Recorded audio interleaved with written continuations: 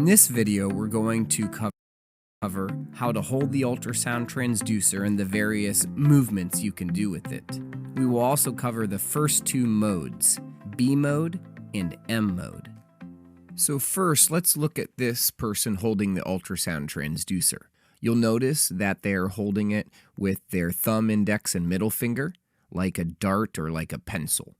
They're holding it low on the ultrasound transducer, and this combination maximizes fine motor skills and control.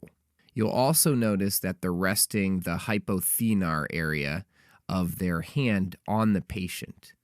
This gives you stability, as when you're doing the motions and you have gel in between the probe and the patient, it can get slippery. It also maximizes stability for when the patient is moving or when they're breathing, you actually move along with the patient. And then lastly, you'll see that there is gel, and gel just acts as a coupling agent between the ultrasound probe and the patient, allowing sound waves to transmit from the probe through the gel into the patient. So this is the generally recommended method of holding the probe. There will be other applications in which we hold it in a different manner, but most of the time this is the way you will be holding the probe. Next, I want to discuss 5 different movements you can perform with the ultrasound transducer. I want you to be familiar with the terminology, and also I will reference these in future videos, so I want to be on the same page. The first movement we're going to look at is sliding up and down. The next movement we're going to look at is sweeping side to side. The next movement is fanning back and forth with the probe. The next is rocking back and forth with the probe. And the last movement is rotating the probe, either clockwise or counterclockwise. Ultrasound modes. That's the topic we're going to discuss next. And if you look from the machine here, you can see there's predominantly 4 modes that the ultrasound machine operates in, represented by these letters. B mode, color Doppler, M mode. And we're going to discuss each one of these. The first mode we're going to discuss is B mode. And B mode is brightness mode. So this is your 2D grayscale image. And if you remember from our physics lecture, the strength of the returning echo determines its brightness, and how long it takes for the echo to return determines its depth. So the stronger the returning echo, the brighter it appears, or the more hyperechoic, now that you remember these terms. The lower the strength of the returning echo, the more hypoechoic it appears, or darker. And if there's no returning echo, then it's anechoic, or black.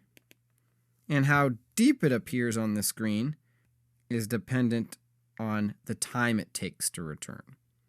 This is the predominant mode we're going to be using in ultrasound. You need to get very good at obtaining a very good B mode image.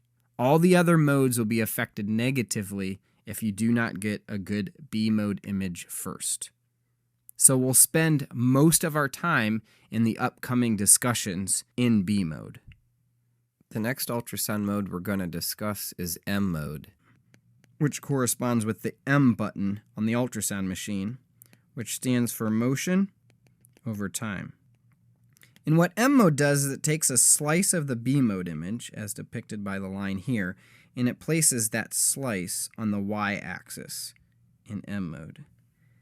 And then it displays that slice of the B mode image over time on the x-axis.